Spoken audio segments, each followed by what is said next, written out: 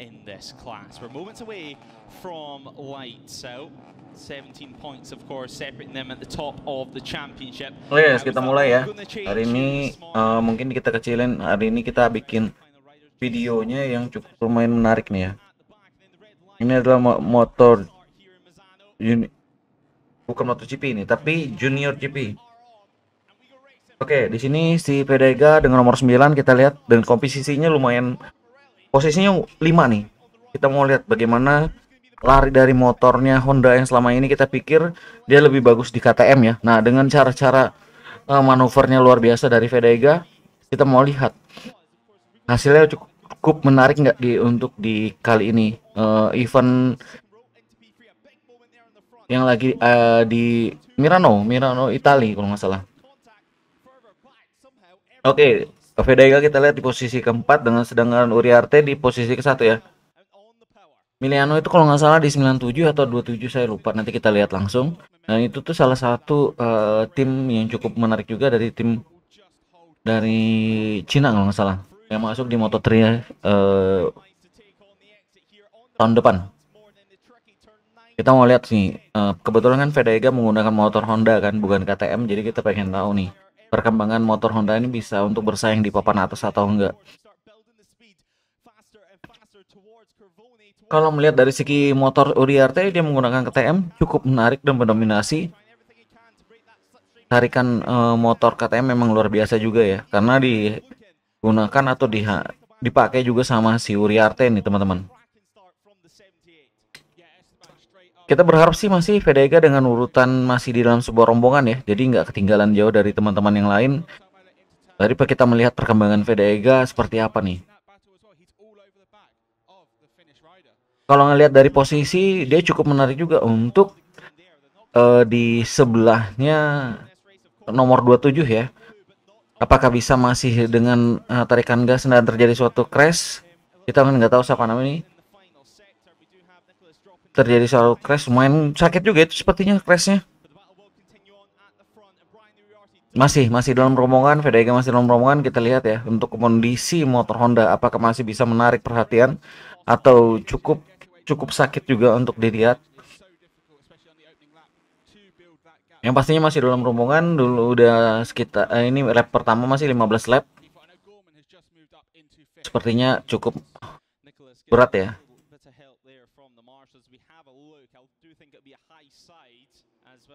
Wah, kondisinya mulai keloncat dari motor sih soalnya.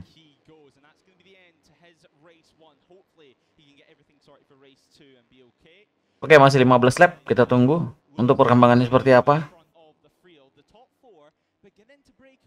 Uriarte mulai melebar, ikuti juga dari Morelli ini 97 teman-teman, dengan kondisi yang pertama sekarang. Masih 4 orang dengan posisi yang mepet banget ya. Set. Jadi si Pedega juga masuk di posisi ketiga. Pedega ini menariknya satu teman-teman. Jadi kalau di tikungan-tikungan itu dia cukup berani ya untuk masuk bagian dalamnya. Nah, ini nih jarang bagi rider-rider baru tuh yang berani nusuk dari dalam. Kebetulan kalau Pedega ini lebih corneringnya keren sekali nih kalau bisa dibilang. Jadi kita lihat masih di posisi ketiga. Kalau ngelihat dari segi lapnya kayaknya cukup lambat ya, cukup delay ya untuk masuk ya. Nanti kita lihat nih posisi Pedega menggunakan motor Honda. Kalau kita melihat nih mobil motor-motor yang mereka gunakan di depan ini adalah KTM teman-teman. Harapan kita sih bagus banget ya supaya Pedega tetap bersaing menggunakan motor Honda, karena kalaupun dimasuk di Moto3 dia pasti kalau nggak pindah ke lain pasti masih menggunakan atribut Honda teman-teman. Cukup lumayan signifikan juga nih Pedega di urutan masih 4 besar dalam rombongan. Tapi seperti kita bisa lihat Pedega cukup diambil dari segi tikungan juga untuk posisi yang ketiganya. Nah, kondisi masih cukup lumayan menarik, jauh. Ada 4 tim, 4 pembalap dengan kondisi yang mepet-mepet di depan, dengan jarak yang cukup lumayan juga di belakangnya. Urutan nomor 11 nih kayaknya. Hakim Danis untuk sementara di umur 17 ya. Kayaknya Hakim Danis ini lagi ada masalah dengan balapannya sepertinya teman-teman. Cukup jauh dia, jauh di belakang.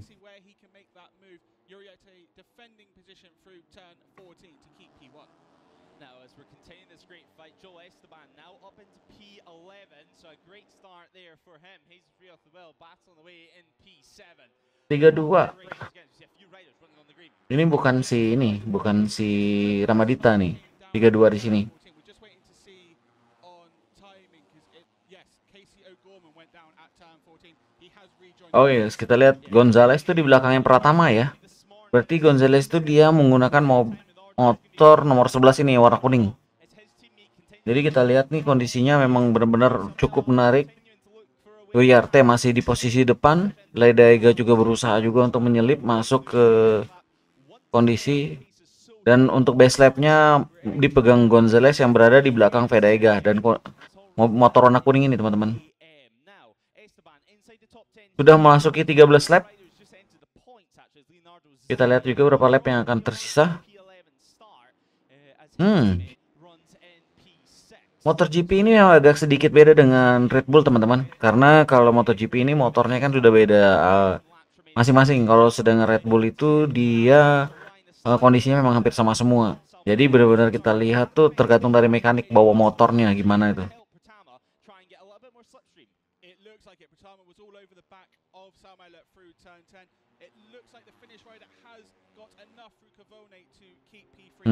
Kita lihat Pedega dengan gaya manuvernya lumayan cukup menarik ya. Tapi masih bisa dibalikan dengan nomor 27 untuk menyelip dari sisi bagian dalamnya teman-teman. Sepertinya ada bendera merah untuk berhenti balapan. Berarti ada red flag, jadi ada terjadi sebuah kecelakaan biasanya teman-teman. Dengan kondisi yang sampai benar-benar tidak jalan lagi gitu. Nah benar ada yang tergeletak di jalan sepertinya. Belum tahu kondisinya seperti apa. Ya mudahan masih baik-baik saja ya. Eric Mixon Press nomor 21 teman-teman motornya. Nah kalau kayak gini nih semua kembali ke pedok teman-teman. Jadi nanti warning up lagi dan dilanjutkan balapan. Tapi biasanya tidak sefull 12 lap yang tersisa tadi kalau nggak salah.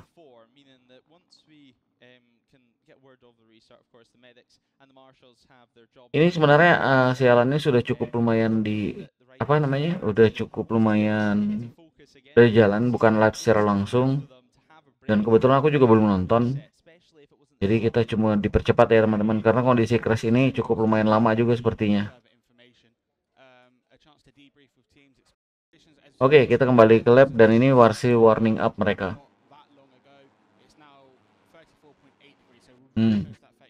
Ini sebenarnya hari Minggu tanggal 22 ya.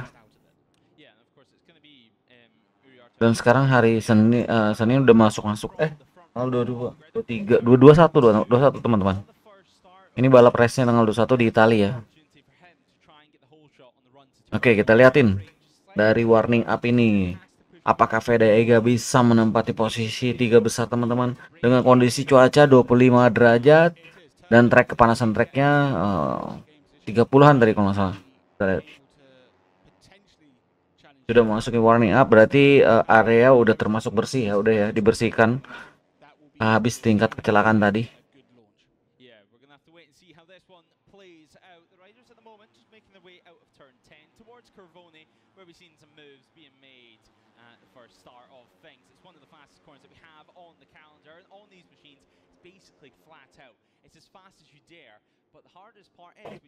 Pedega cukup di depan nih masih ya kondisinya.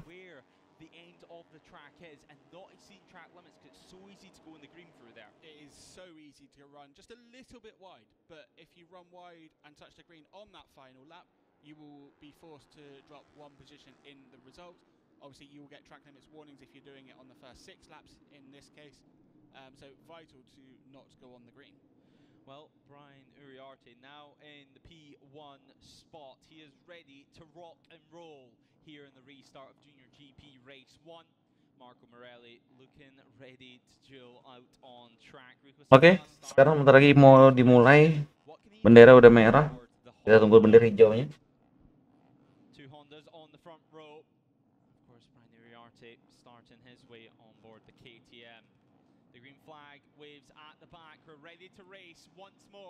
Oke, udah mulai ready to race ya.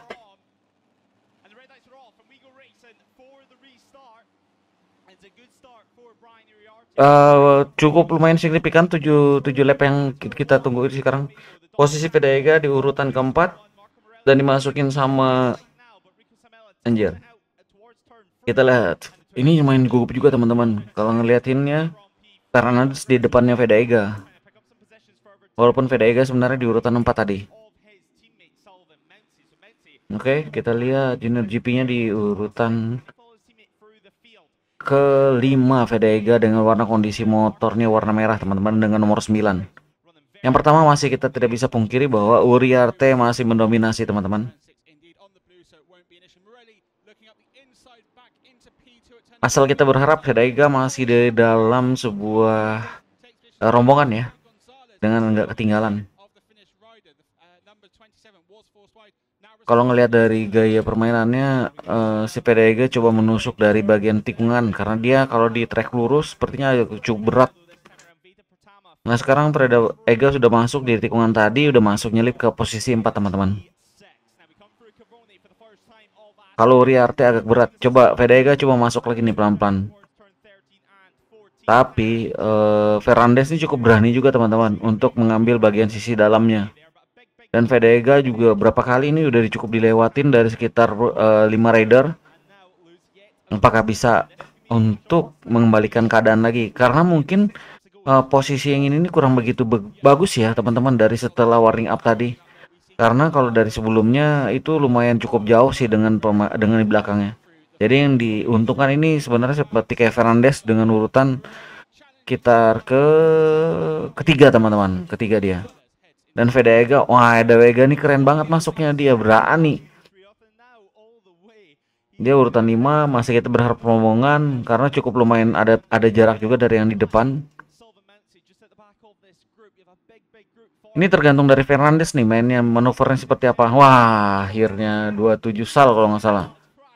Sal jatuh. Udah posisi Sal lumayan bagus tuh di posisi 4. Sekarang Pedega pertama masuk ke urutan keempat teman-teman. Tapi Pedega juga mulai dibalap lagi nih teman-teman, kita liatin ya. Kalau ngeliat dari sekilas tadi aku lihat di tikungan sempat ada selisih sedikit dari Pedega. Oh tapi Pedega masih bisa mempertahankan di posisi 4-nya. Sisa lap sudah 6 lap lagi ya. Nah ini posisi dia kegelincir nih sebenarnya kondisinya.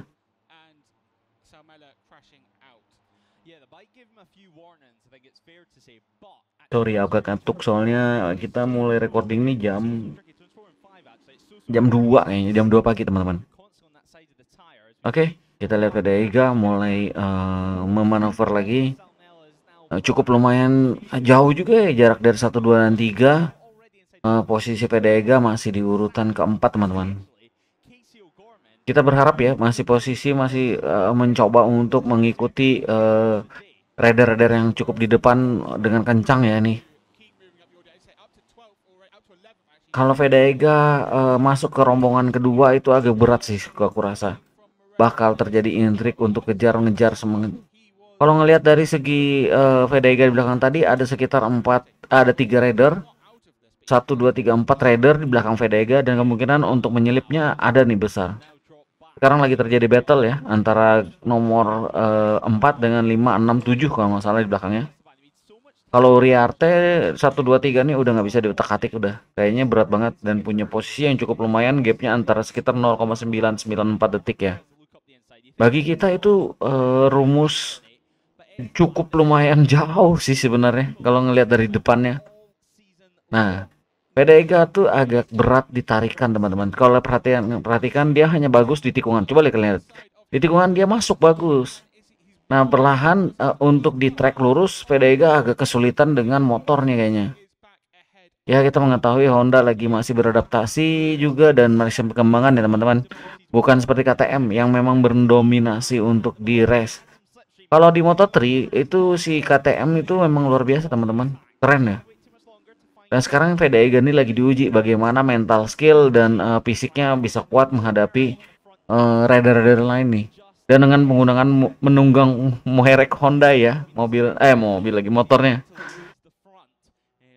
Nah ini kondisi sudah Vega mulai disiplin di tikungan nih. Vega udah turn 5 nih teman-teman. Tapi apakah Vega masih bisa nih? Kalau kalian bingung Vega yang mana, Vega yang mana, Vega itu nomor 9 warna merah motornya. Hakim Danis itu di posisi mana ya dia?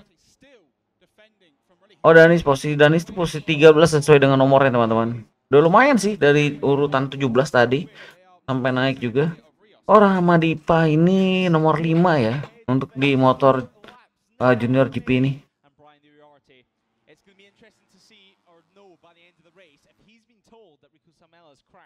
Uriarte nggak bisa ketolong nih teman-teman. Uriarte masih di depan ya. Anjay.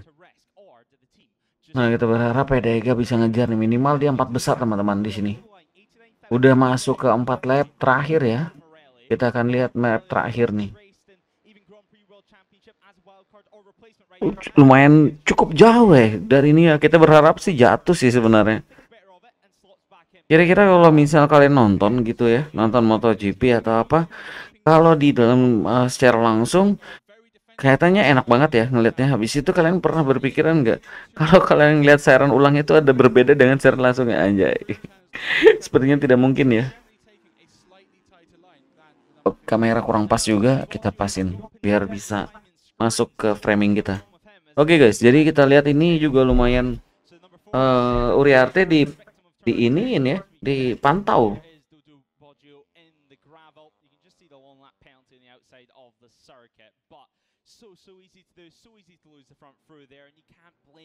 Tetap masih di 1, 2, dan 3 nih. Masih berat. Uriarte masih paling depan nih teman-teman. Sekedar informasi, masih ada sekitar 3 lap lah, 3 race lagi untuk junior GP setelah itu berakhir tuh. Kalau untuk Red Bull sekarang udah habis teman-teman. Kondisinya 3 lap lagi, pasti mereka akan gas habis-habisan nih. Kita lihat ya. Dengan kondisi seperti ini, Vega masih bisa bersaing nggak? Tapi kita lihat Rio juga lumayan bagus juga itu tarikan motornya. Tapi nomor 54 dikejar nomor 9. Biasanya Vega menggunakan nomor 54 teman-teman. Sekarang dia udah pensiun. Bagaimana cara balapnya juga hampir sama nih. Ambil dalam, habis itu baru keluar. Cuman kalau ngelihat dari segi pemberaninya, cara pengambilannya itu Vega tuh lumayan salut aku teman-teman. Nah ini cukup lebar juga dia. Masih ada 3 lap lagi teman-teman. Kita lihat adakah peluang Vega untuk di sini.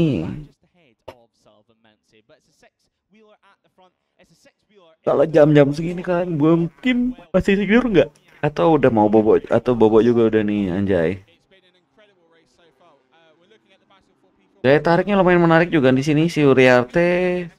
Kita lihat Uriarte masih paling pertama. PDU juga di urutan yang 3, 4, 5, 6-nya juga lumayan cukup mepet ini. Kita lihat hasil tikungan terakhir ini masukkah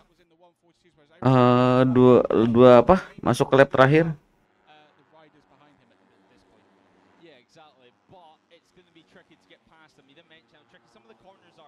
Oke, Vega tetap dibayangin ya. Cukup jauh banget nih antara jarak Vega dengan tim depan. Sisa 2 map lagi. Karena terjadi benturan sesuatu dan hal crash tadi, maka di pengurangan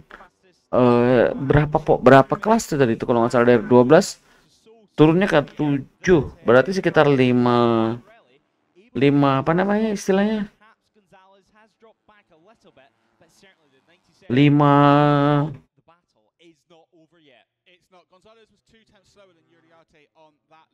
menitan teman-teman selisihnya.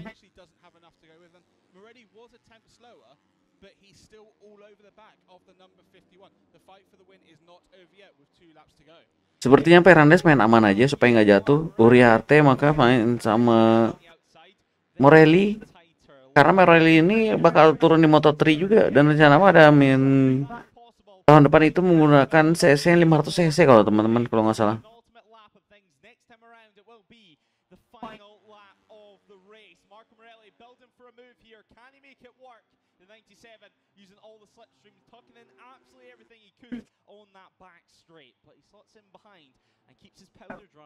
Jujur aku hampir ketiduran teman-teman gara-gara ngeliat nunggu 2 lap lagi ini. Kita lihat kondisinya cukup kurang begitu ramai ya, karena posisi Edap cukup di belakang ya. Yang di depan ini Uriarte, kalau nggak salah Morelli dengan Gonzales akhirnya. Cukup jauh gara-gara kejadian tadi, cukup jauh Vedega dengan pemain belakang di nomor 3. Ya tinggal harapan Vedega hanya di nomor 4. Last lap terakhir kita lihat last lapnya. Seberapa kencangkah Uriarte untuk menghadapi tim lain? Kondisi yang kurang bagus, kita lihat apakah bisa. Morelli maksain juara juga nih kayaknya teman-teman. Kalau ngelihat si Morelli nih.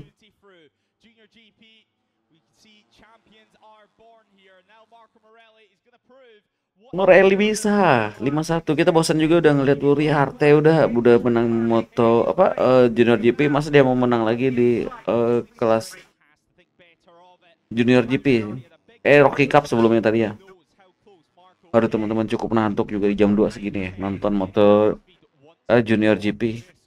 Oke, si Uriarte cukup melebar ban motornya dengan kondisi diiringi, dan ini adalah lap terakhir. Kita mau lihat apakah lap ini memang benar-benar masuk di juara 1, 2, dan 3 yang pastinya.